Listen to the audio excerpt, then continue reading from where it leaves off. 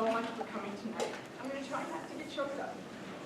This has been a labor of love for over a year and a half, while students gathered over 30 interviews and writers narrowed them down to 3-minute monologues. That was not an easy feat. And we are so thankful to bring you these stories tonight, because these are your neighbors, your family, your friends. And they are stories that need to be told, because these stories put a face on the statistics and the names in the obituaries that we see, and we wonder, and we cry, but then we go on about our lives. So, through the Facing Project, we are hoping to bring new awareness, understanding, and hopefully a greater empathy to this situation, so that you'll better understand the community you're living in and the things that need to change. And hopefully we can even possibly bring about change in policy. Thank you so much again for joining us, and we hope that you come away relieved.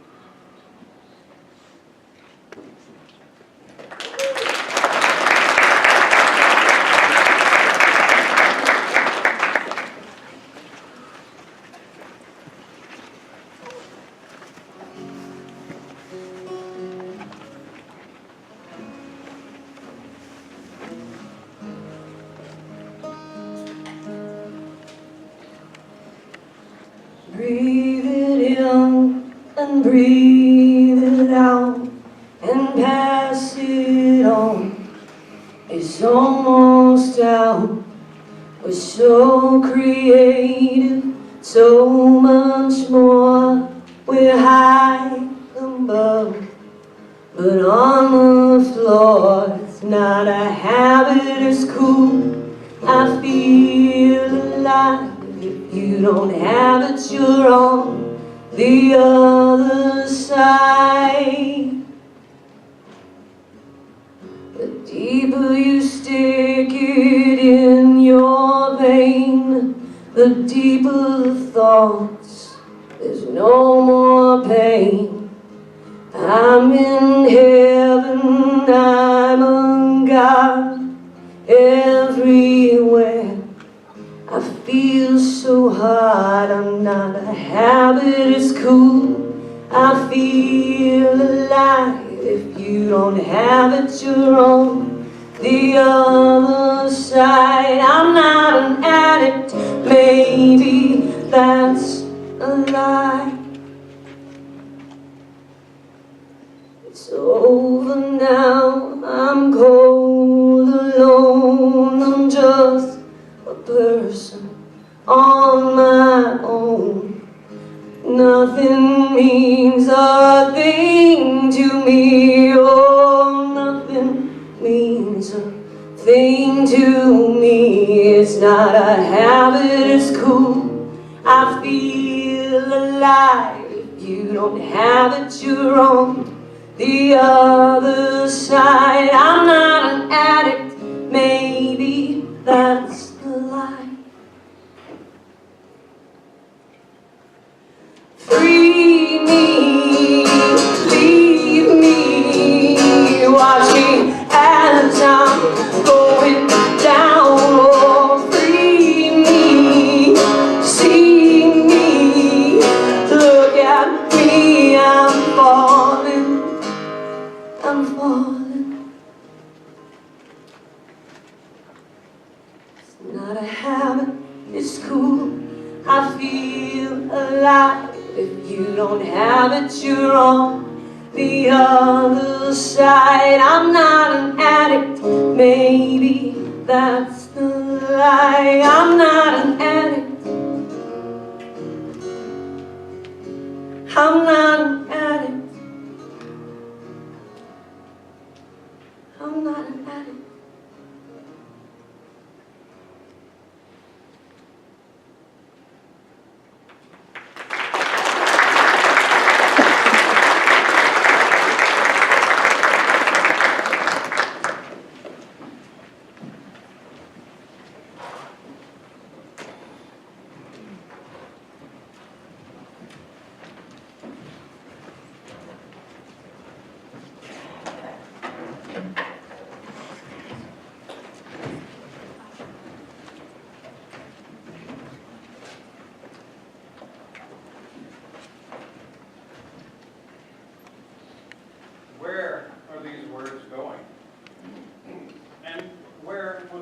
develop? Honestly, I have no idea. We're taught in school that a good essay has a beginning, a middle, and an end, fully developed, tightly connected, with very organized. But not all stories can be neatly told, especially the true ones. This story is waiting to be told here as a middle, but I'm not so sure where it begins exactly. And I certainly have no idea where it will end or when. I direct students to write with an end in sight. Writing then becomes a voyage toward something just beyond the opaque horizon. Unfortunately, these intrepid words, they sail off towards an empty horizon.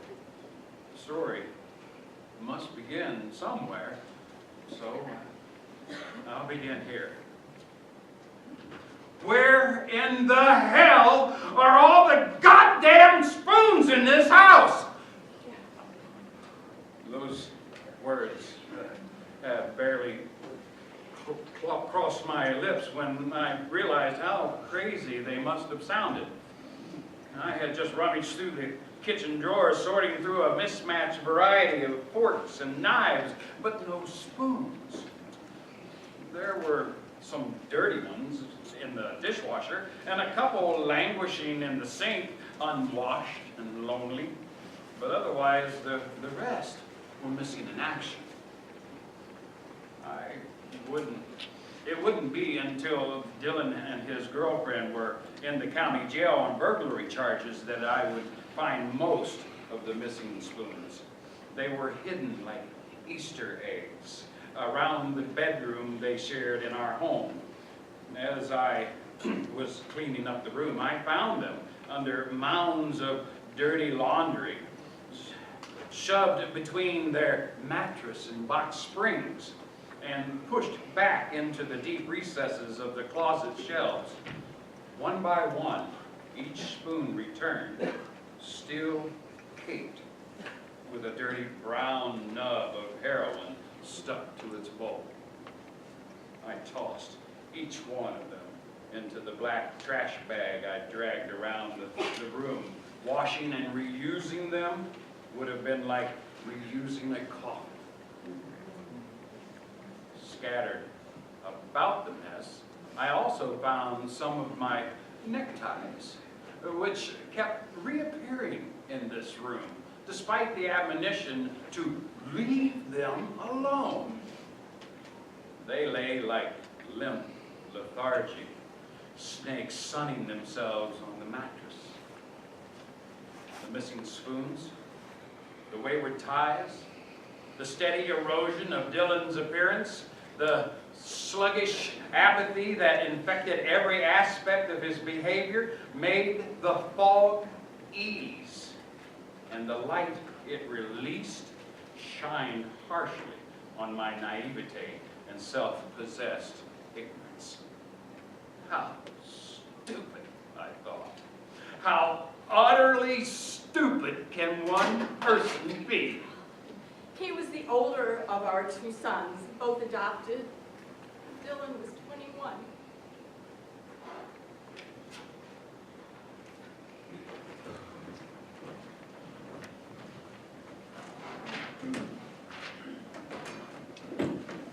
Hi, I'm T, and I'm an addict. Hi, T. Good to see you. I can only tell you my path to addiction. I'm an adrenaline junkie. When I was a teenager, I used to go with my friends to the shoreline in Sandusky, climb to the top of the tall coal chutes, and jump off into the cold lake for a rush. When I was 18, I joined the Army and became a paratrooper stationed in Colombia, South America. Oh, did my adrenaline addiction kick when I got the opportunity to make 25 grand to bring back cocaine to the U.S. I got away with it 3 or 4 times before I got caught. I was charged with international transportation of a controlled substance and sentenced to 5 years in a federal facility. I told myself that I was a good person, that I was not a drug user. I was 22 years old. I didn't become an addict until after I got out of the joint. I was a dealer first, crack, heroin, and other drugs. But money was my true mood-altering device. It was another form of adrenaline. Of course, dealing gave me access to the drugs, and eventually I started using.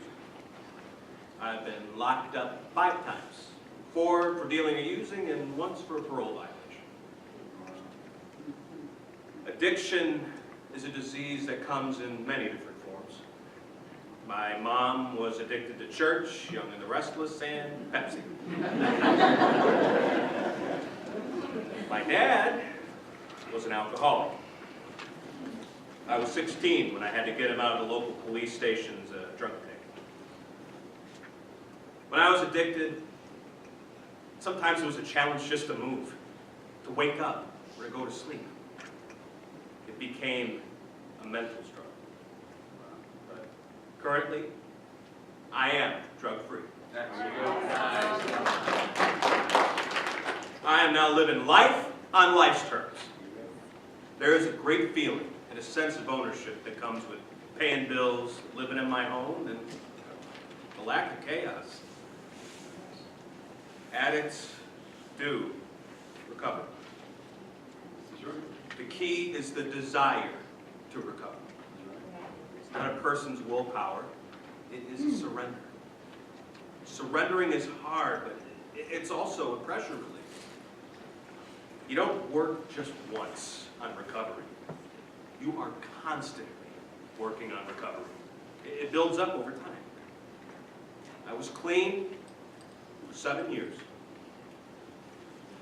Then I had a knee replacement surgery. They gave me oxy for the pain. I got complacent. I relapsed.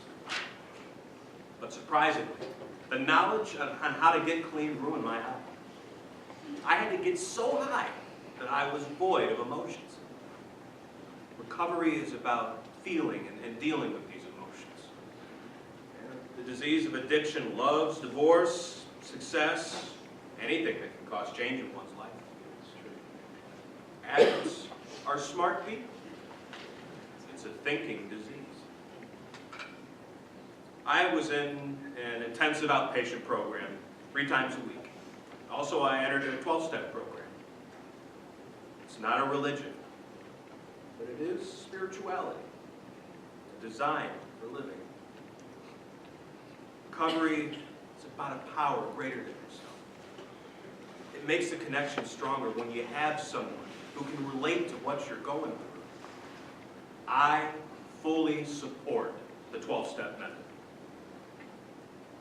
I was a dope dealer. Now, I am a hope dealer.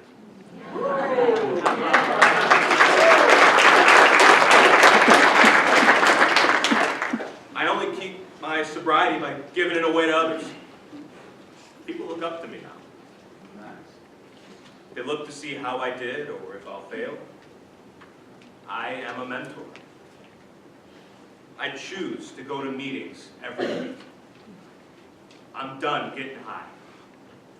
I have the support system I need. Thank you.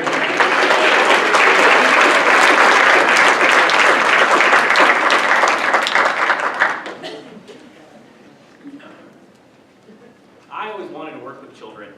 Well, at least I thought I wanted to.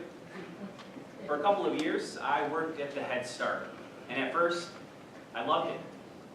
Although, getting 30 or so children to go down for a nap, easier said than done. When my sister joined the Army, she told me that they were going to pay for her to become a nurse, to help people. And I felt she was answering to a higher calling. Naturally, my interest was piqued. I was a natural. But that didn't make nursing school one bit easier. I moved in with my sister and became a live-in nanny for my niece and nephew. I still loved working with children, so this was an absolutely perfect arrangement. I graduated from the University of Akron in 2013, and I immediately found work at the Western Reserve Hospital in Cuyahoga Falls, Ohio. I hope at that time was that I would work in the nursery with the newborn babies. I love seeing the light. But I had to pay my dues first. Nurses have stories. That's for sure. I knew that there would be difficult patients.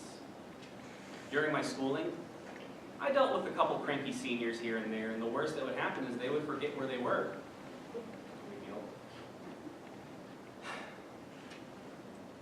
I never thought I would be cornered by an alcoholic. On paper, very easy to deal with somebody who is withdrawn. Be firm, keep your ground. Call for backup, and wait. So this one time, I was dealing with a patient. He was in a normal bed, and it went something like this. Who are you? Where am I? Are you Eddie? No, sir, I am your nurse, and you are in the hospital. Are you feeling okay? Oh, come on. I know that's you. I assure you that I am not. Are you feeling all right? Do you know where you are? Wait, you're lying to me! Tell me who you are, sir! Okay, so this was escalating a lot faster than I expected. Oh boy. He had stood up and he was angry. Anger is not a primary emotion, you see. It's a reaction to something else. This man was lost, he was confused, and he was feeling very sick. I happened to be the unintended target of his rage. I called for backup, but I was cornered. And there was really nothing I could do. When our gaze met, time had frozen.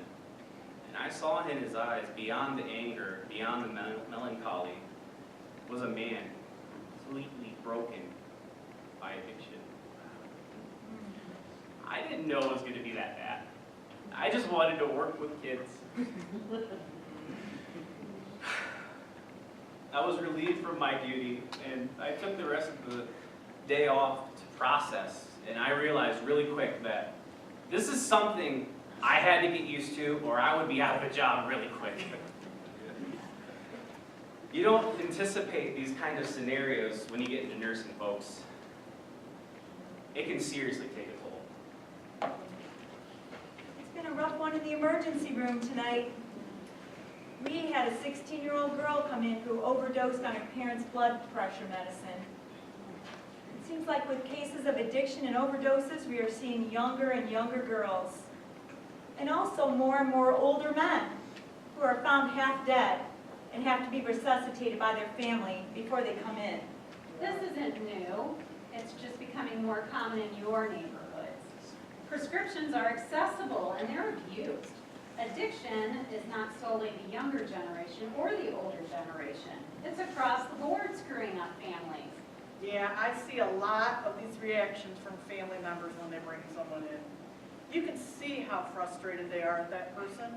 Addiction can cause people to sever every tie with their families.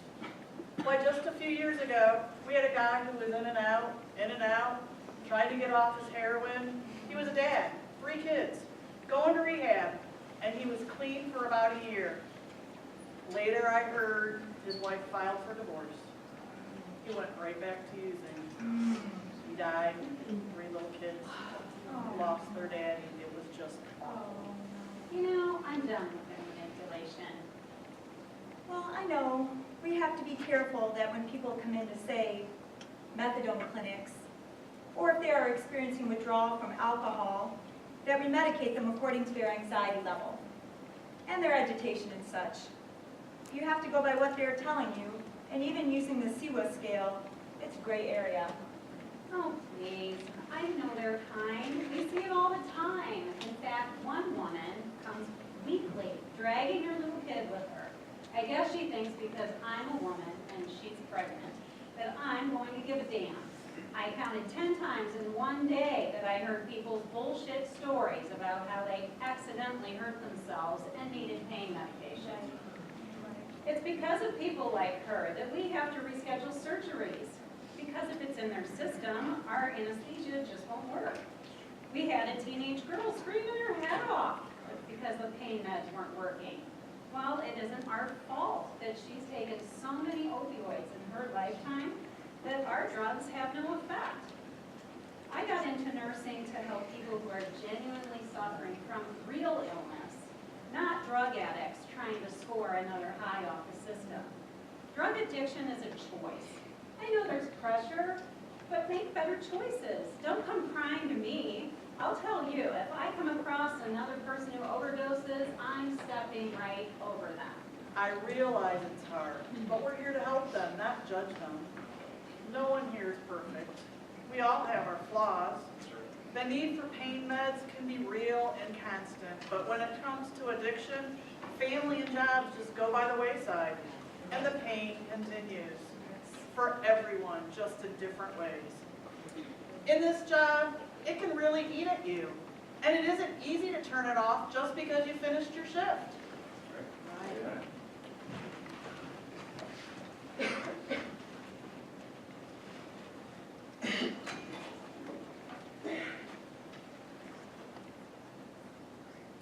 He's been addicted to heroin for 6 years.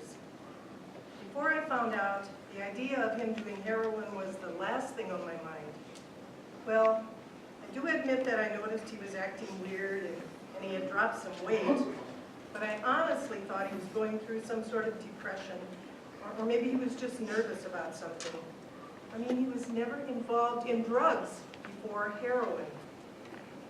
He said he started shortly after his dad died. He had been hanging out with a new friend from school who was using. I guess like a lot of people, he tried it and said he liked the way it made him feel. He could escape those feelings that he struggled with, like the pain of losing his dad and I guess frustration. I don't know, maybe he's a naturally depressed person, so he continued to use it. He said he never thought he would get addicted. How could he not know that? I cried when he told me. I stood there and I didn't have a clue what to say. I remembered what I had heard, that I was not supposed to be angry. Really? How could I not be angry? I was angry at myself, angry at his so-called friend, and I was really, really angry at him. I immediately thought about his life being ruined, jail or death, all of it. So I just hugged him and I told him we would get him help. I hate how it changed my child. He would never harm anyone, but hell, I don't know what addicts will do for their drugs. Everyone keeps trying to give me advice, telling me what I should or shouldn't do. They say, kick him out, don't support him anymore. What are they thinking? I'm not going to let my son sleep on the street. How could I possibly do that? And if I did, wouldn't he just be more likely to shoot up? I know I just don't have the answers, but I am angry. My son started doing drugs because he was depressed and he didn't know how to deal with it. No one saw it and no one helped him. He didn't know what to do. The heroin made him feel good and he didn't think beyond that. We have to stop with the negative ideas that we have about people with mental health problems. Addicts are not our enemies. They're our neighbors. They're our kids. They're good kids. I wish we could all just help them get clean instead of judging and condemning them. Yeah, absolutely.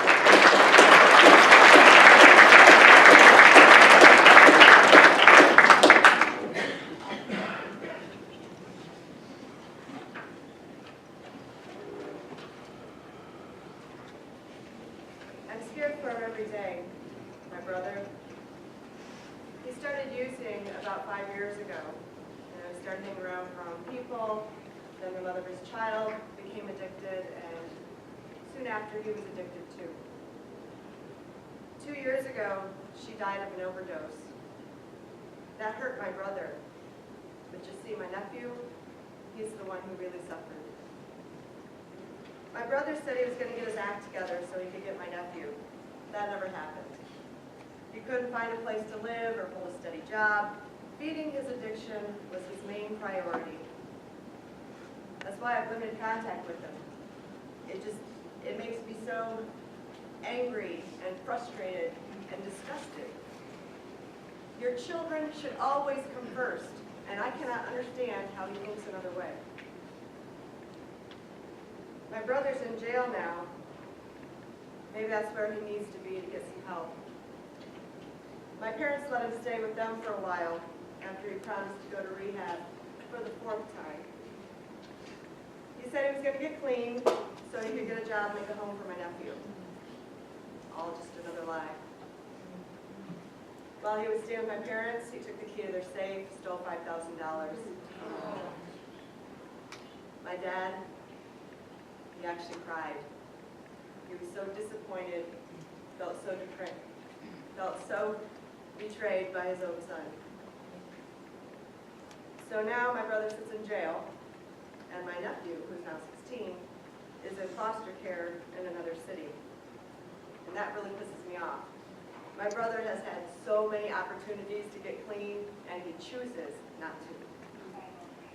My parents tried to keep my nephew for a while, but he's got many of my brother's traits.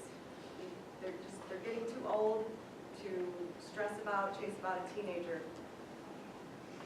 So now my nephew resents them for placing him in the foster system. But I blame my brother.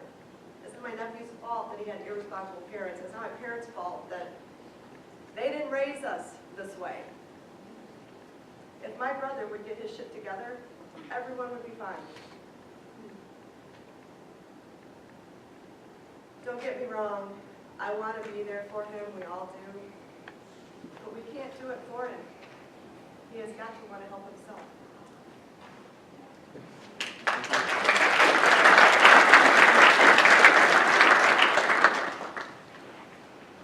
Who would think that a childhood illness would be the beginning of a long and hard battle with drugs? I was 11 years old with a case of strep throat and a prescription of codeine cough syrup. I remember it was like a switch flipped off in my brain. This stuff made me feel good. Then my mom was prescribed Percocet, a lot of Percocet, like more than she could ever take in her whole entire life. I started stealing them out of the medicine cabinet every once in a while. Drugs were my escape from my mom's mental illness and the drama that came with it. Mom was alone to care for us while Dad was in the military. I loved my mom, but she was so manic depressive that when I was little, the mood swings were all the time, and we didn't understand. Growing up, there was no emotionally safe space in my house, so we were never really comfortable, always on the edge of a meltdown. I could escape with Percocet, Vicodin, or codeine. Eventually, heroin became my safe space. I could relax and not be anxious for a little while, and it felt good. I remember at 17, I hadn't had a pill for a few days, and I started feeling pretty crappy. I was cold, and throwing up, and like, oh shit, I might really be addicted. Like, physically addicted. Do I need these pills just to function normally? That was scary, but not scary enough, I guess. My sister and I shot heroin for about a year, and we'd come to Ohio to stay with our dad, to get clean, and to start over. On our way to tell our friends goodbye before leaving North Carolina, we bought dope. Later that night, I went to a party with my friends, and my sister stayed home. I came home pretty trashed and just passed out. But at 5 a.m. and hungover and lying on the bathroom floor, I heard some commotion in the hallway. Downstairs, my mom was crying and my brother sat numb. Evidently, he found our sister passed out and covered in her own vomit. A paramedic, a stranger, had to tell us, she's gone. My whole world shattered in an instant. I honestly didn't know she had more heroin. Tests showed it was laced with fentanyl, and it killed her. My sister was my best friend. She shielded me from so much shit from our mom growing up. I felt safe with her because I know she looked out for me. I knew she'd want me to go get clean, go to college, and reach our dreams. I think if I'd have stayed there, I would probably be dead too. When I got to Ohio, I just spent days wandering the lakeshore, exploring the woods, and meditating. I found peace in that, but I still miss my best friend every day. I was fortunate to have a lot of support in my family when we lost her. They knew how inseparable we were. I don't think they realized how much she helped me battle withdrawal. Addiction has taken a lot from me in my life, but right now, I'm trying to live the life she didn't. I just completed my associate's degree, and I'm determined to finish my bachelor's. Yes. All right. If you were here to see me, you would have never guessed that I'd have been a heroin addict or a pill addict for years. That's the danger of addiction. It lives in silence, in secrets, and shame. You never know what someone's struggled in their life with, and I think we are too quick to judge others. Haven't we all needed support for something sometime? It feels good to know my family and my sis still support me, no matter where they are.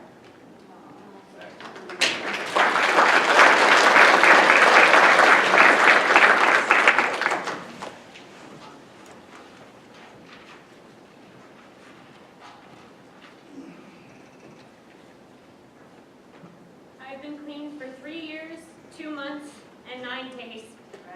Good job. It took me 2 years of relapse to finally get it together, but I'm clean now. And I can still feel that sweet release. Feels like you're flying. I've been around drugs all my life. Mom was always popping some kind of pills that made her giddy. She seemed so happy when she took them, so of course it made me want to try them. Then some kid with the same pills at a party, he crushed one up and rolled it up in a tissue and told me to swallow it. I was so naive back then, so I did. And shit, 20 minutes later, I was fucked up. Laughing my ass off, it made sense why Mom was that way. Shit was intense. You know, it doesn't just stop there. You try one thing and now you gotta try everything. See if it makes you feel just as good. Better. Oxy, Adderall, meth, Vicodin, whatever they had, I tried it. Shit got real crazy after I joined the industry. Before every shoot, we passed around the plate. Coke and speed. Some girls only messed with downs. I only preferred them when I had certain scenes to, you know, help ease the pain. Coke was the big ticket. Wasn't until I started fucking with big companies that I fell off the deep end. I was just trying to get cash saved up. This one shoot was supposed to be a 3-way, but 2 girls didn't show up. They asked me to do it, and I said, sure, it was good money. Another girl on set gave me a baggie, said it was food, that it had helped me out. I thought it was Coke, so I did it. It wasn't until I was changing that the shit hit. Whole shoot was a blur. That shit was fucking dog food, you know? Heroin. After that shoot, I wanted more of it. Not like I was addicted or anything, right? I just wanted more. That's when I really fell off the cliff. Started doing things I ain't proud of. I didn't really start shooting heroin until a year later at a gig in Nevada. I'll never forget that burn. There was no going back after that. It was a sketchy shoot, shitty lines, shitty actors in a dockside warehouse. I usually only picked up shoots by the bigs, never the kids, but damn, I needed the money. They were offering more than the standard pay, so fuck yeah, you know? But man, to put it bluntly, the girls and I were nothing more than dumps to be discarded. We refused, we weren't paid. A few of the girls took food as payment, but I needed the money. so I went along with whatever they wanted. I had no choice. My plug had cut me off, and at that point I had no friends. All my relationships were based on drugs and sex, no emotion. My last boyfriend was selling me to his plug for a fix. It was horrible, really just bad, real bad. Like I said, I did shit that I'm not proud of, shit that'd make the devil blush. Guess I just accepted my fate. Somebody had to support us, right? It wasn't until my mom died and I came back to Ohio for her funeral that someone sat me down and in a sense forced me into rehab. Took me 2 years of relapse to finally get it together. But I'm clean now. Been clean for 3 years, 2 months, and 9 days.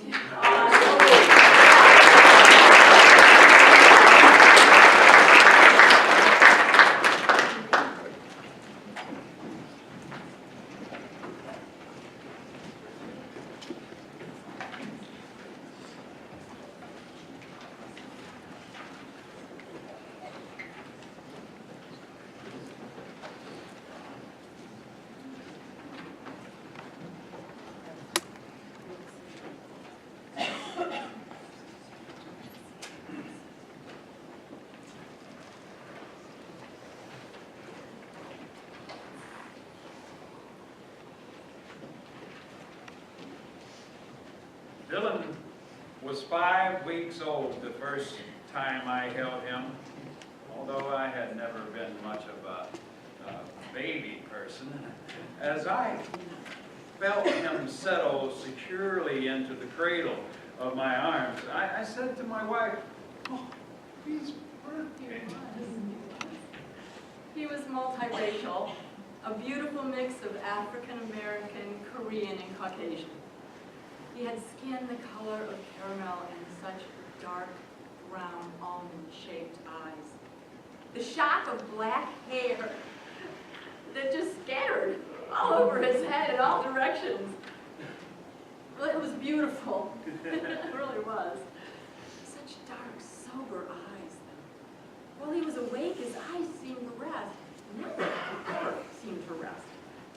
He was continuously surveying his surroundings, especially those faces around him. As if he was searching for something. It wasn't until he got older that I realized what he was looking for in each person he met. He was looking for a vulnerability, some weakness he could exploit for his own benefit. Once he got into grade school, the secret of his behavior began to unravel. He didn't play well with others, nor could he leave his hands off of things that weren't his. Authority figures, principals, teachers, and other adults didn't intimidate him. This alarmed us. So we had him tested by a doctor who found out he had ADHD and, more alarming, ODD. I still remember how the doctor ended that conversation. Those with ODD usually don't end well. Well, it was as if he was delivering a diagnosis of a terminal illness. Despite his poor academic performance and his behavioral issues, Dylan's teachers recognized that he had a high sense of intelligence. He's so smart, they would tell us. Yeah, but then they would say, he's a great manipulator. He knows just what buttons to push. The medication soon followed. Pills every morning to wake his brain up and focus. A pill every night to slow his brain down, just so he could fall asleep. Yo-yoing continuously. He came to hate the routine. He fought against it. Some days he wept with frustration, and because he didn't like the feeling it gave him, the feeling that he wasn't in control of his own mind. You know, I came to hate it too. I really did. I couldn't get over the ugly feeling that I was force-feeding my own child drugs. The best reason I could give him was, it's for your own good. better living through chemistry. But really, it was anything but. Whatever benefits the pills brought seemed artificial to me. They weren't of his own making. The medications were in charge, not him. The meds were no panacea for his poor grades or his rebellious behavior. Despite his intelligence and high aptitude, he just barely squeaked by in all of his classes with C's and D's. By third grade, he was in a class with other students who had social and behavioral problems. He was locked up for the first time in juvie jail when he was 9 years old.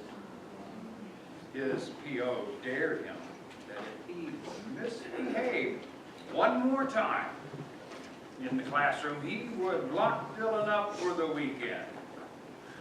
Dylan couldn't resist the dare, and he took a girl's Tic Tacs. Yeah.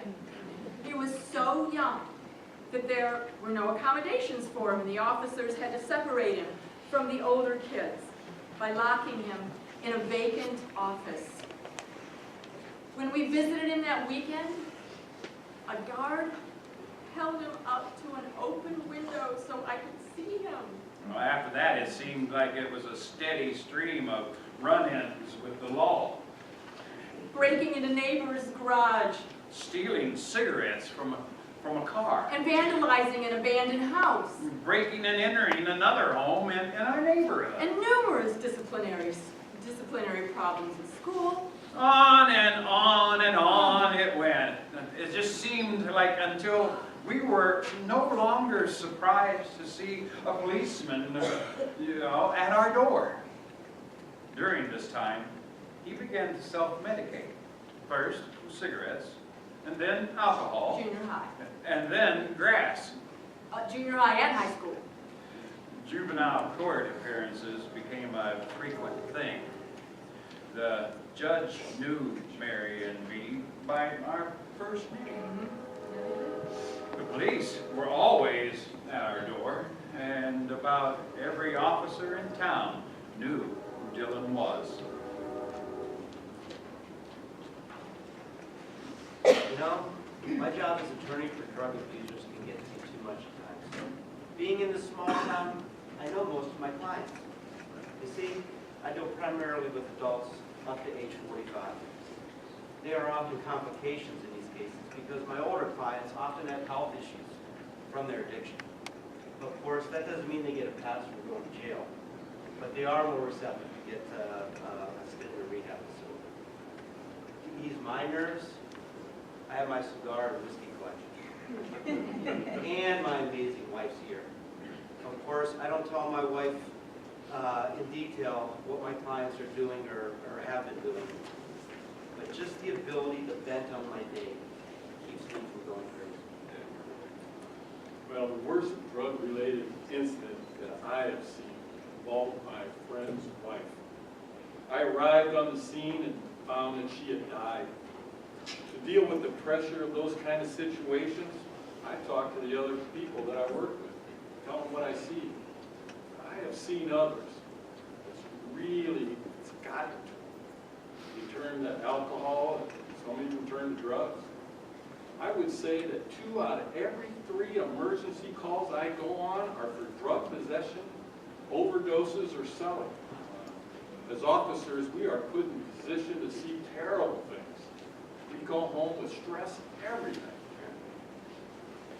My first job was as a corrections officer, and part of my job required me to sit in on those 12-step meetings, AA and NA.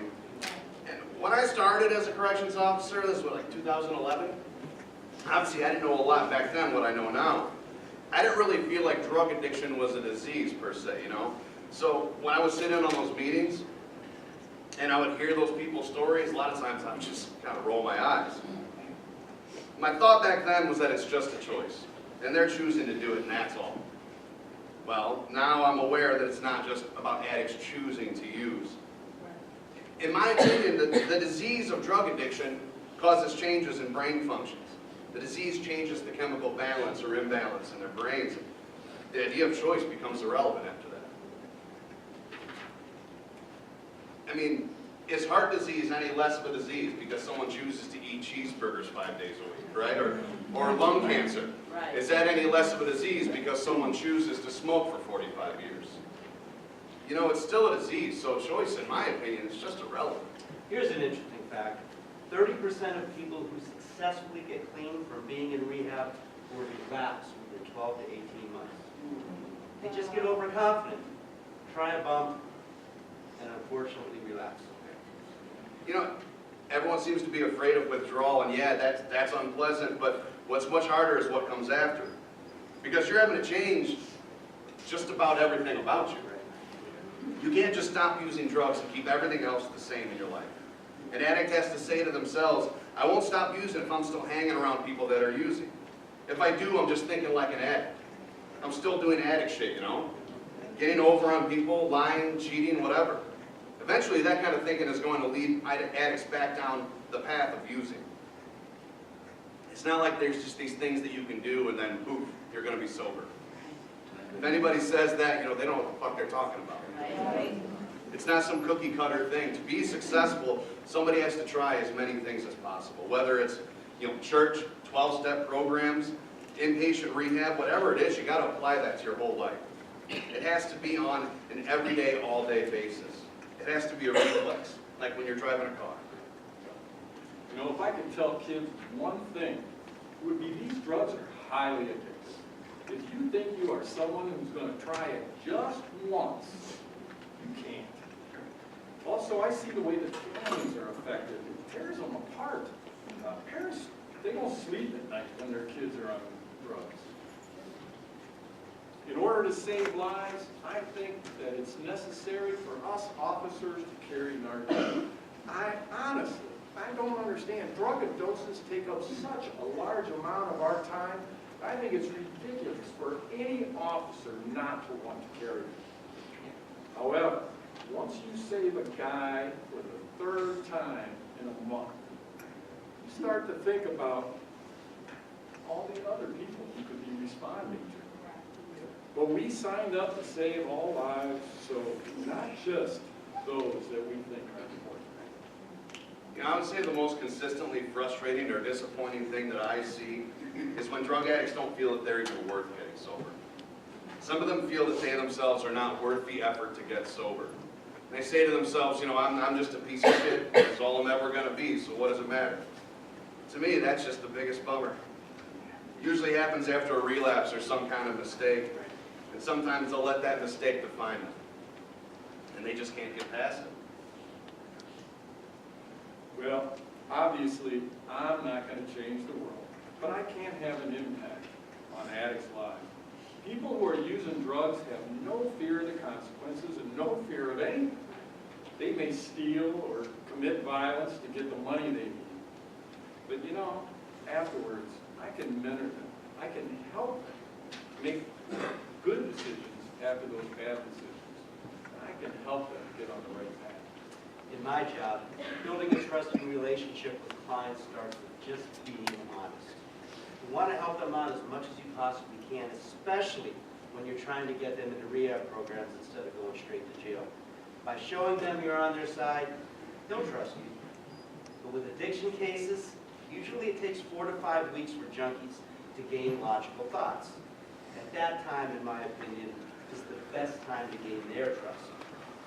If you are capable and your parents or whatever family can pay you for a chance to go to rehab or for legal fees, well then I'm going to do whatever I can in my power to make sure your legal standing is intact and avoid whatever charge is possible. But I've gotten frustrated with clients. I've had to bite my tongue a few times. I mean, addiction is a chronic disease that's not curable. It can be managed with treatment in groups, yeah. Let's say you've only used heroin for 1 solid year. You're a heroin addict. You are, for the rest of your life, going to be a heroin addict. Even if you live to be 110 and you only use heroin for 1 year, you're still a heroin addict. And that's how you should conduct yourself. I'm not saying that you should look down on yourself. That's not what I mean. I mean, you just need to be careful about the decisions you make and who you hang out with. You know, I wish parents would start talking to their kids about what is safe and what isn't. When parents treat heroin and marijuana the same, the kids begin to think that maybe heroin isn't that bad. This is really an issue to me.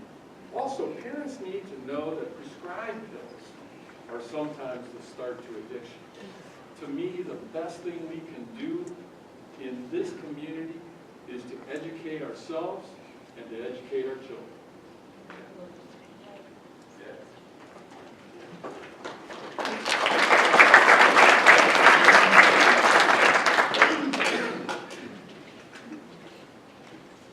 I first noticed something was wrong at the age of 5. I was with my mom, and she was depressed. A lot. Manically depressed. Then, as I got older, I got depression too. I first realized it was depression at the age of 22. When it happens, I just want to lay in my bed, and I don't want to socialize with anyone. I must have inherited it from my mom. Must be genetics. My stepmom told me to go see a doctor because I could get treated with medicine. So I did. People then started to ask me if the medicine helped. No! My family doctor tried to help me as best he could for a long time. My mom committed suicide when I was only 9. 9. She was only 31. She couldn't handle the depression any longer. She tried getting help. She saw all kinds of doctors, but I guess she knew she was going to do it. She even told my dad. She laid there right in our living room and took a bunch of painkillers. Went to sleep, never woke up. We didn't realize she had taken them until it was too late. She was gone. She died August 2nd, Sunday. That day, Dad went to work, and we were playing outside, and she took the painkillers.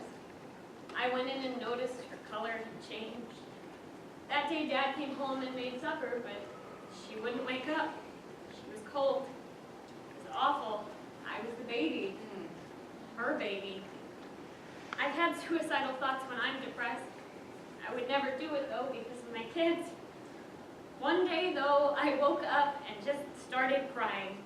I went on like that for a couple of weeks, on and off. It got so hard, I asked a friend, what's wrong with me? It felt like the end of the world. I couldn't figure it out. I've got a kid, a house, a job, a great husband, and it didn't make any sense. The anxiety and the suicidal thoughts came with the depression. I wanted to kill myself, just go to sleep and not wake up. That's when I went to the hospital.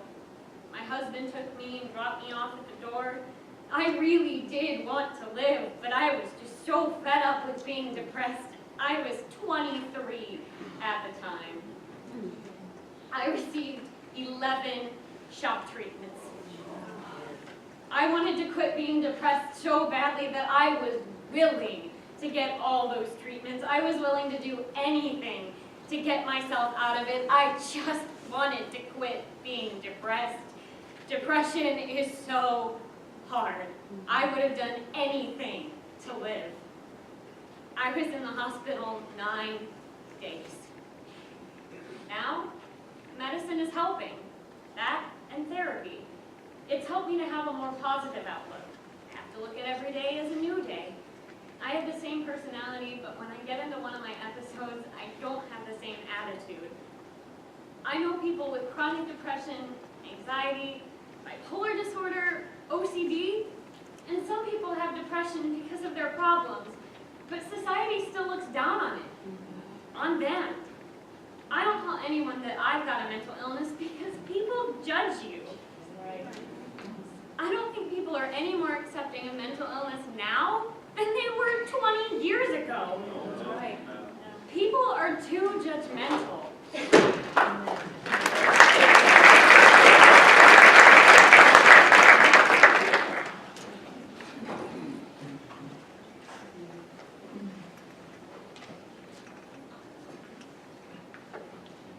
phone calls between families usually only happen when someone wants to know how you're doing or shoot the shit, right? They're probably not calling to ask you for money.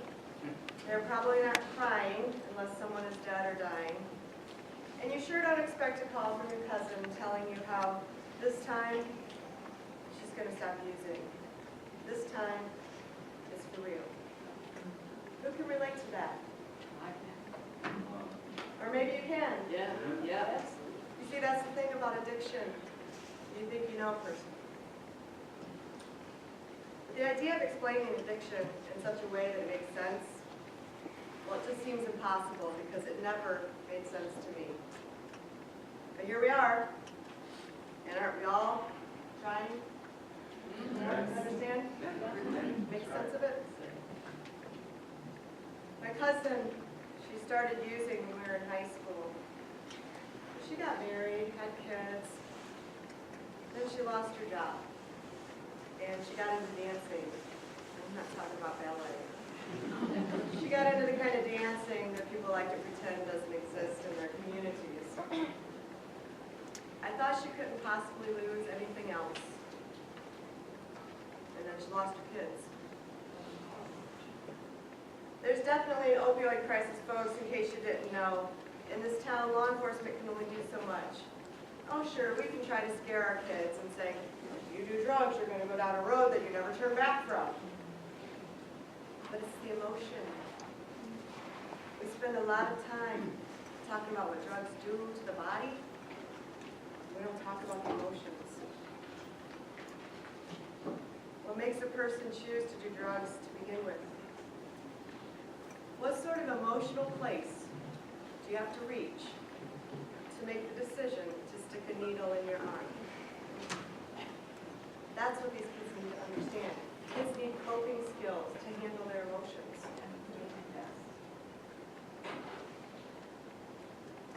It's the hardest thing when a loved one just can't stop. It is the most emotionally draining thing anyone can go through. We tried over and over and over and over. And when there's nothing you can do, there's nothing you can do. And you know, it's stigmatized too. This involves everybody, and everybody needs to understand, the media, the mayor, the whole damn town is affected. Because in this town, everybody knows everybody. I know you can't stop drugs from coming into town, and you can't make everyone get clean, but you can start somewhere. For God's sake, pick a fucking place and start. There is no right or wrong time or place to start helping someone. I often think about my cousin. How she's always just about to fall off that bridge.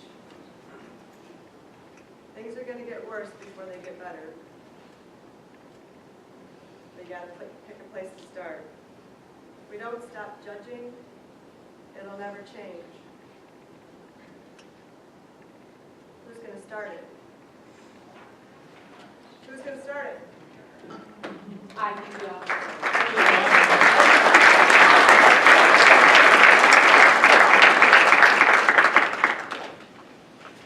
Of course this affects my life in every way imaginable. It's your child. You've known and loved them their entire life.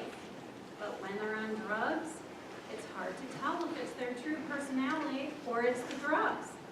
I've changed my entire life to adapt to this situation. My husband and I worked our whole lives so that we could travel after retirement. We worked so hard toward that goal. But now we're raising our grandson, so that won't be happening. Don't get me wrong, I wouldn't want my grandson with anyone else. It's just hard sometimes. I try not to think about it too much because support is everything. Yes. For the addict, for the kids, for those like my husband and me, now is not the time to be alone. We'll need all the support of others to get through it, and community support systems are important. You don't want anyone to experience this, but having the help of others who are going through the same difficulties is helpful. Talking openly without being judged was key to our own recovery. I do try to stay positive, but the pain of seeing my my child choose the life she did just changed everything. You know, people ask me what I think about Narcan, and they're shocked when I tell them I'm not in favor of it. I don't want people to die, and obviously it helps, but people put themselves in these situations. Then it takes taxpayers' money to buy the Narcan so that EMTs and law enforcement have the burden of using it to save people's lives when they don't want to save their own lives.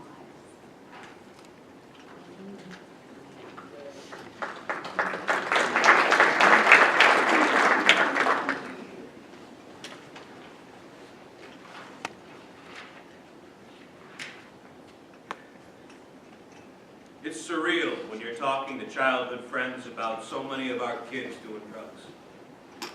Seems too common. Our girl was 19 years old when heroin came and took her. We started to notice odd black and blue marks all over her body. We didn't know it mattered where she'd been putting the needles into her skin. We confronted her repeatedly, but she just denied everything. Finally found out what she was up to by everyone keeping tabs on her. At this point, her brother and her sister were being affected by her use. After she couldn't deny the drugs and paraphernalia we found, we talked her into some counseling and placed her in a drug rehab center. Oh, it took a lot of our savings. Wasn't cheap. Then we did one-to-one therapy with her, and group therapy, family therapy. We did it all. She'd been in rehab for about a month, and honestly, I think she figured out a way to get stuff in her. She got real good at manipulation. She had the attitude that it was just a bunch of games to her, seeing how much she could fool us. She'd put on a show and then go right back into using. She got lost in that disease. That's the only time she got professional help. She was 20 when she moved out of the city and cut all ties with her family. When she lived with us, we tried to save her. I even locked her in the basement so she couldn't get drugs. You know, it's not fun as a parent to lock your daughter in the basement to keep her from dying. She still found ways to use. She had stashes in the basement that we never knew about. And her friends came over in the middle of the night to give her stuff through a basement window. After she moved out, we found so many needles in the basement. By 22, she'd been arrested 3 times. First couple of times, she never spent any jail time. The 3rd time, she went to federal prison for buying heroin from an undercover cop. That put her through a 6-month withdrawal.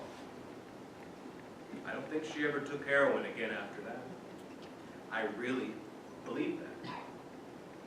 She just switched to alcohol. My daughter was a beautiful young lady. She lacked confidence, and she felt like nobody had ever liked her.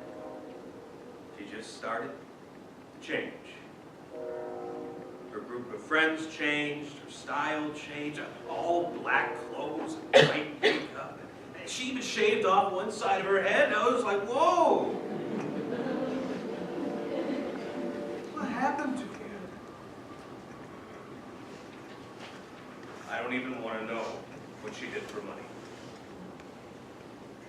While she was traveling around on drugs, we worried for her safety every single day. I remember getting calls to pick her up and a stranger on the other end of the phone saying she was pretty messed up. One time I found her in a church, leaning on the pastor. I wish she had enough sense to go somewhere safe. Her addiction changed our lives. Changed how our whole family and how we interacted with people. Her brother and sister were embarrassed to have their friends around her. Today, she still struggles. It affects her relationship with her husband and her children. Her daughters know her past and that she's ashamed. Now she drinks a lot of alcohol. My granddaughters are 15 and 17. And I know that my daughter lets them have alcohol whenever they want. Sadly, her kids already have a relaxed attitude about alcohol. And that worries. But my daughter,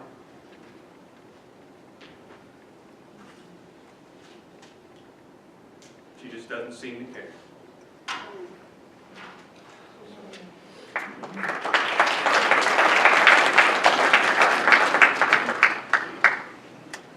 I grew up in a good home.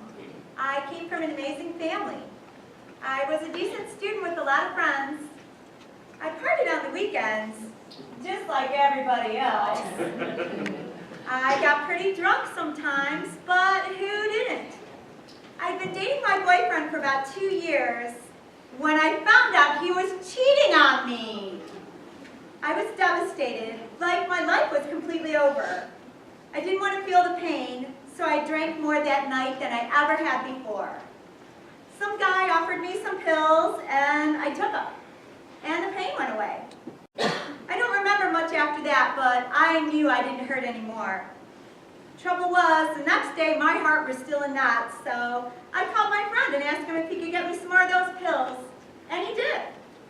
After that, I didn't feel any pain anymore. I was 16 years old. 2 years later, I was doing whatever I had to do to get more pills. When I didn't have any money, I'd sleep with the guys to get more drugs. I didn't really think I had a problem at that time. I couldn't be an addict. I came from a good family. Then my friend came home one day and found me all strung out on drugs. And they insisted that I get help or they were going to kick me out. Of course I refused.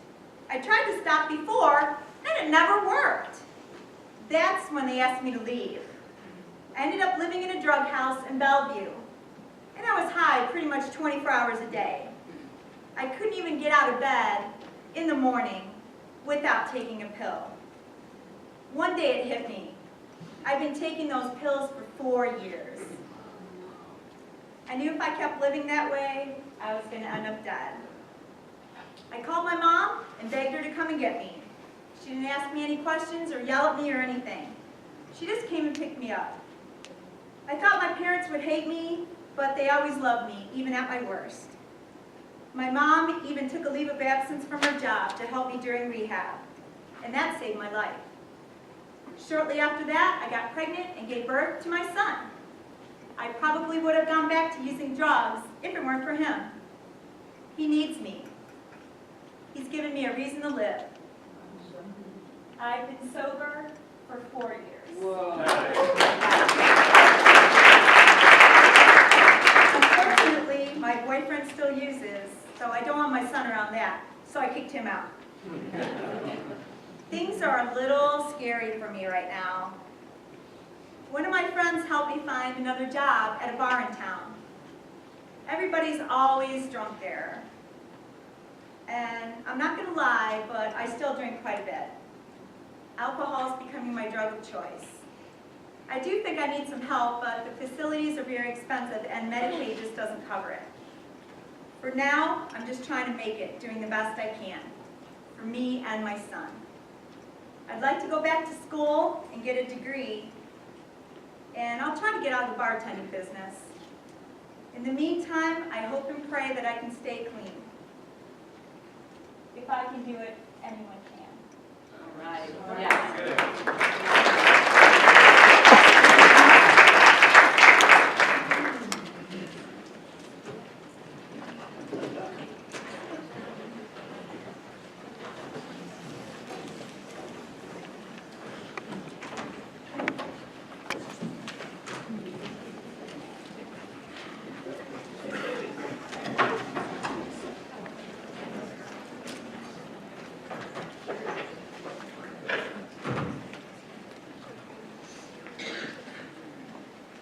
unbeknownst to us, he and his girlfriend, who was staying with us at this time, were spiraling deeper and deeper into trouble, stealing from local Walmarts and breaking into the homes of our friends. Finally, Dylan forged several checks, and we reported him to the police. After warning him, And threatening him that we would. yeah, one of the last things when he and Stephanie pulled up, and one of the last things that we saw before his final arrest, Mary and I were walking downtown, and we saw him and Stephanie pull up in their beat up Honda Civic. Inside, we could see a large flat screen TV that filled the whole back seat.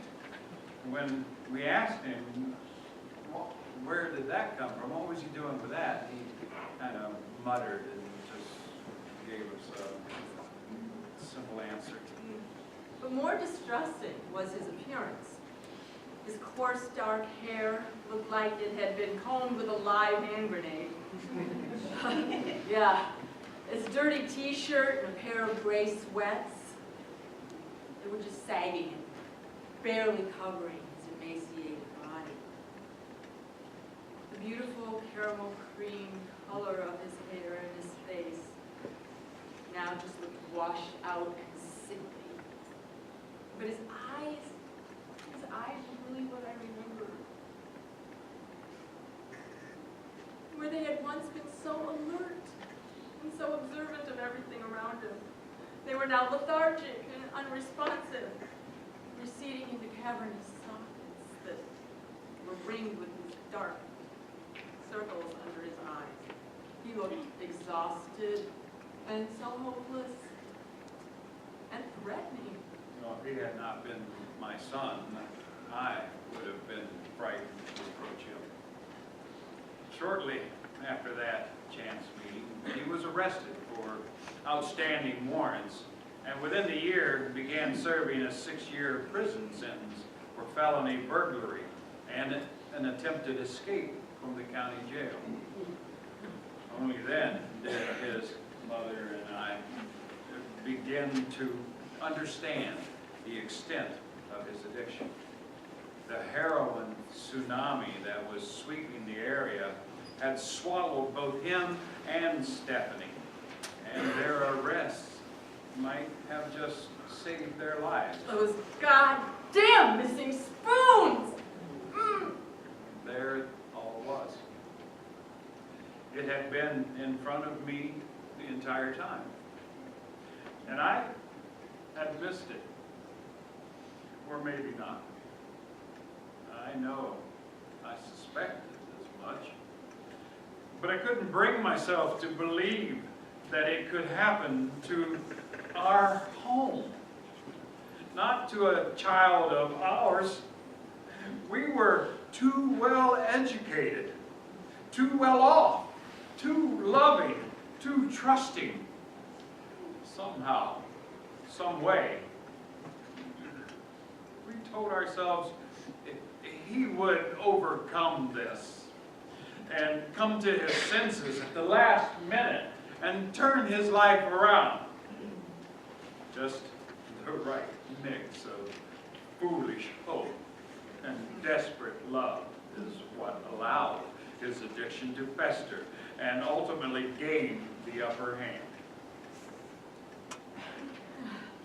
But what about Dylan's part? I mean, he was smart. He didn't go wanting for anything. He knew we cared, and he knew we loved him. So why? Was he just wired different? Maybe? That was the easy excuse. Yeah, it was the excuse our friends would offer us to ease our shame, embarrassment, and emotional pain. Or did we just fail so poorly as parents? If only we had been up. If only we had recognized the signs earlier. If only we knew then what we know now. We spent a good deal of our time with after the fact, second guessing, futile trying to pinpoint the exact moment in time when it all went wrong. As if it matters.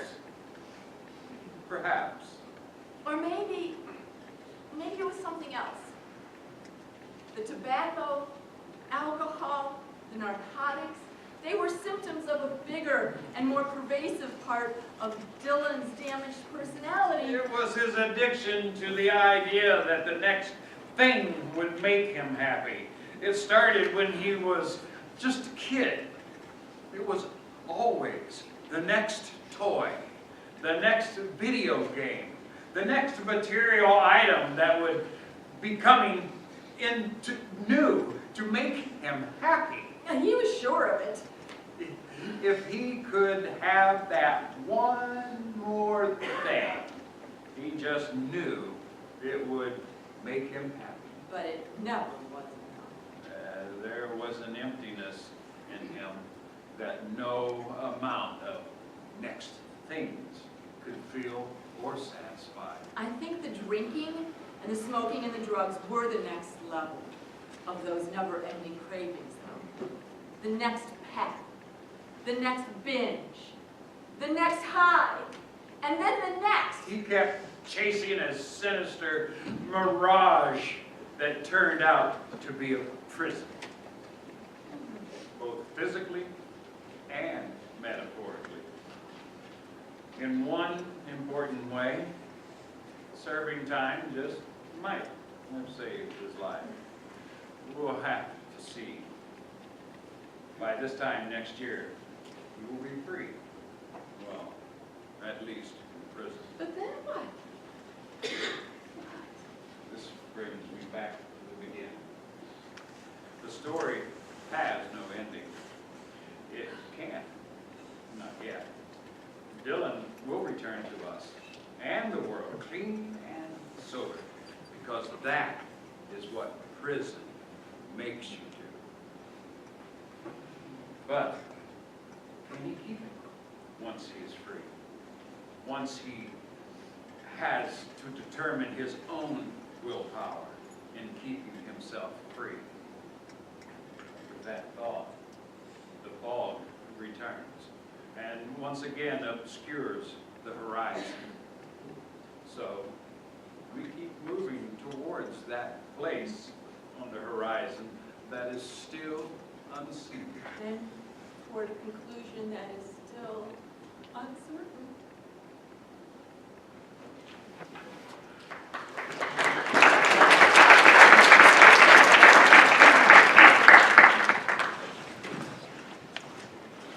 I recall a client in his early 20s who came to me my strong recommendation from his mother.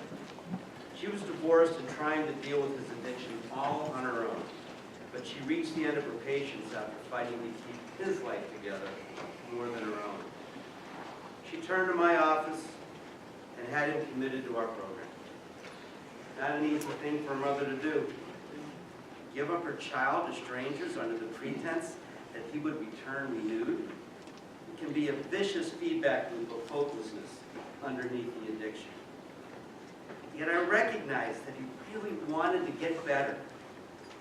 When we peeled back the ugliness of his life, we found what motivated him. And when he left our program, his mom picked him up with tears in her eyes. She recognized the son she had known before the addiction. When you go into addiction counseling, you're going to see a very ugly side of life. And it'll drive you right out of the field if you don't toughen yourself to hear these stories. Here's one. I had a client in my program about 10 years ago who was 35 years old and in bad shape. She was found on the street in an alleyway, near dead of a heroin overdose. And it was the middle of winter. Luckily, a concerned citizen found her. She was rushed to the hospital, and after a week or so, she came to us. She had been using for 6 years, and with skin and bones. When you see a human being in such a fragile state, God, it moves you. This woman was a shell of her former self. She had hit rock bottom, asking to die. I was at home with my wife and child when the phone rang. It was the on-duty doctor who called to inform me that this woman had walked out of our facility, wandered into town, and found her fix. Because she had been clean several weeks, it had an effect that caused her to walk right outside into traffic. She was hit by a car and pronounced dead at the scene. I don't remember the rest of that evening. I suppose I was too shocked at the suddenness of it all. And I still wonder if she ever intended to get better. If I were giving advice to families, I would say that supportive families are the only foundation an addict has. Never give up. Even when you face the ugliness that you will see every day, remember that underneath it, there is that person you love. Reach out for help. Call someone. Put pride aside. Reaching out is absolutely the right thing to do because family matters more than anything. And that support should be ongoing, no matter what.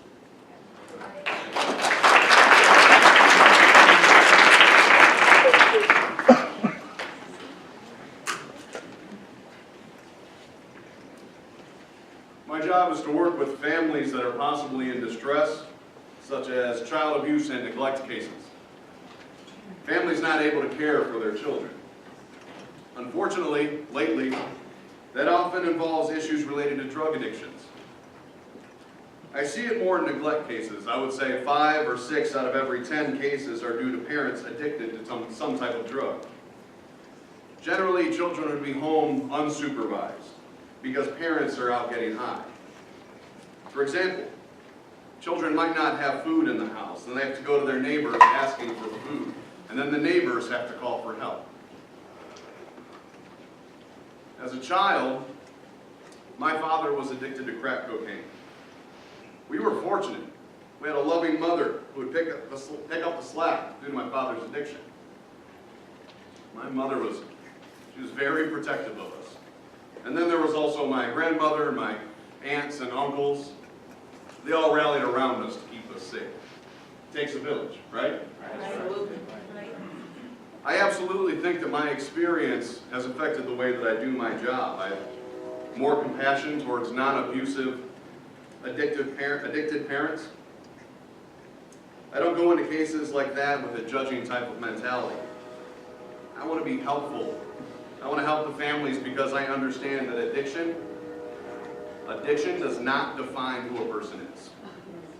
They have a sickness, and I want to help them be a better parent.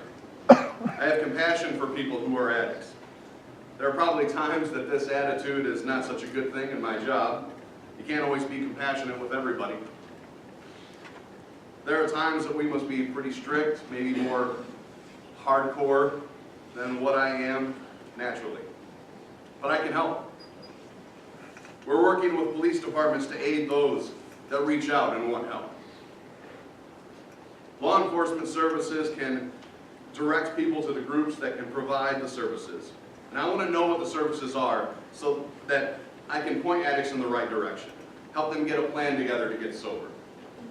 Not all addicts have money and they don't all have insurance.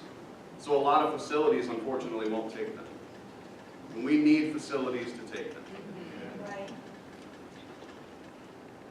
I've been in a lot of houses with drug-addicted parents. There are a lot of similarities in those homes. If both parents are addicted for a long time, there's no food, no blankets, the place is dirty. Maybe there's a mattress on the floor, but no blankets. Kids aren't. The kids aren't cared for. You know right when you walk in. There are no family members keeping the kids safe and making sure that they have everything they need. I've been in houses where addiction is just starting, and a child might say to me, I don't know why mom or dad sold my game console.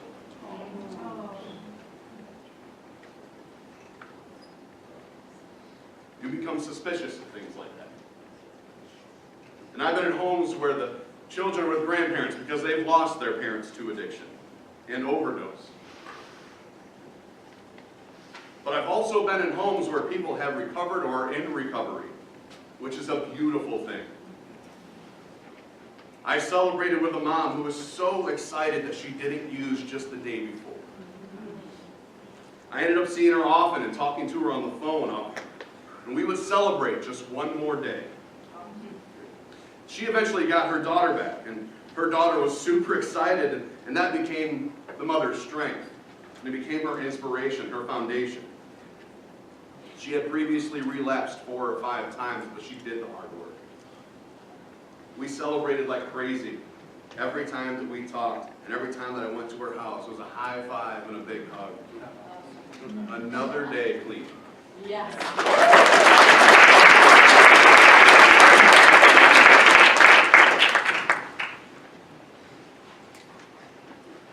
As a teacher, the thing that is so insidious about opioid addiction is that you can't always tell. As an educator, I feel fortunate to not know this issue personally, right? As a teacher, I am held to a higher standard of knowledge about the world, but I am unfamiliar with addiction. Like, are doctors overprescribing while overlooking alternatives to treat pain? And how is it so easy to access if it's not prescribed? As a teacher, I look these kids straight in the eyes, believing that I know them, that I have a rapport with them. But I don't know if they are high, sitting there staring at me, or if they are leaving the classroom to get to their next fix, or to literally take their last breath. I remember the drug prohibition program, drug abuse resistance education. You remember it, right? Yeah. Yeah, right. Kids learn about heroin from there and middle school. But how dare us not teach kids about opioids? Or did we? Opioids are incredibly dangerous. And how dare we not get it right for our kids? DARE didn't dare go far enough. But at least it was something, right? Something to plug up the non-countered attack on our children's lives. But what we really need is an open discussion in our communities. With everyone. Parents, the kids. Not just a stopgap program that creates more curiosity about using drugs in the virgin minds of our children. As a teacher, I cannot tell who's suffering until it's too late. I do not know the signs. I don't know who to trust. Trust the doctors? Trust the FDA? Trust the government? Who? But there's a problem somewhere. Honestly, sometimes I feel like it's all so completely hopeless. We're doing the same thing over and over and over again, predicting a different result and ignoring the unchanged results. And too much control is had by the corporations. Too much money is pocketed by corporations. And no punishment befalls the corporation. Only the addict is lawfully punished, and punished again with no treatment for the disease. Not enough accountability of the corporations for this crisis, wherein profits are more prized than people. Amen. More prized than our children, my students. Is this an endorsement of the federal government on the corporation's behavior? Corporations using their ill-gotten gains to make political contributions that contribute to the lawfulness of this crisis. And no stigmas. This opioid crisis is rich, it's poor, it's black, it's white, it is American, but it shouldn't be America. Population doesn't matter either. Small cities suffer, large cities suffer, communities suffer. But honestly, as a teacher, I don't know how this drug problem continues to grow from sea to shining sea, and we not see. As a teacher, I want people to be their best selves, better community members, kids especially. Teachers are stakeholders in keeping people safe and keeping communities whole. Are we all prisoners being punished by this epidemic? Are we all wearing masks to cover up the crisis, pretending it does not exist, and that we are powerless? As a teacher, I don't know. But what I do know is that I still trust people. I still trust people as the democracy.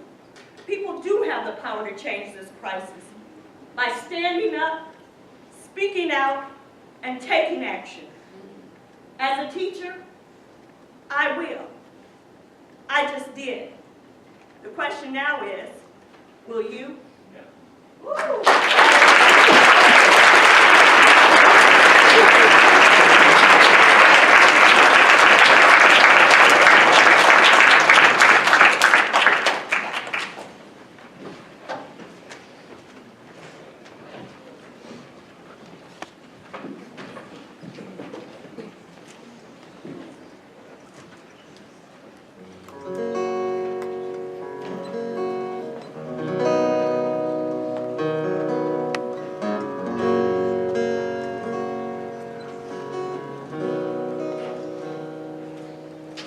Caramel sky painted across the clouds. Somebody's struggling, but everyone's allowed. If you're gonna reach for the stars. Pack yourself a lunch in some antique jars. Celebrate your fears, celebrate your scars. You've earned every one in your shiny old car. So shine on, shine on, shine on. You got the Mercedes covered up with rust. Champagne fizz from the boom to the bust. From the faraway farm to California gold. Chasing down a dream, it just can't be sold. To celebrate life, let it all fall free. Kick off your shoes, oh, wiggle your feet. Shine on, shine on, shine on.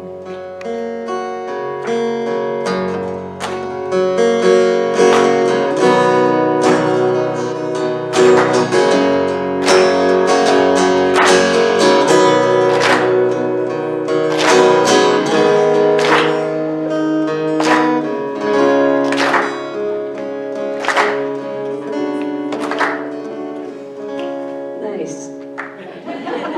I like that. Feel the feel, taste the thrill. Jump in the ocean, hell, bark like a seal. If you're gonna reach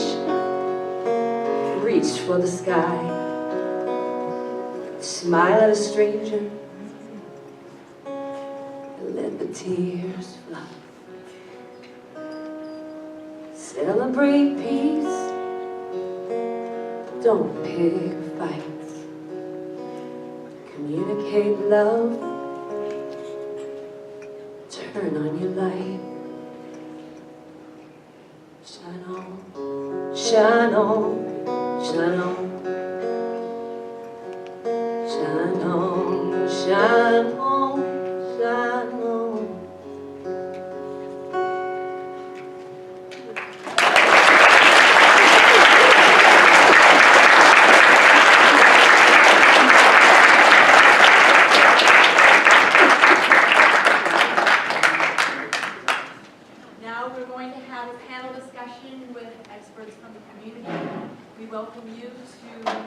Ask questions, participate, ask questions about things you've heard tonight.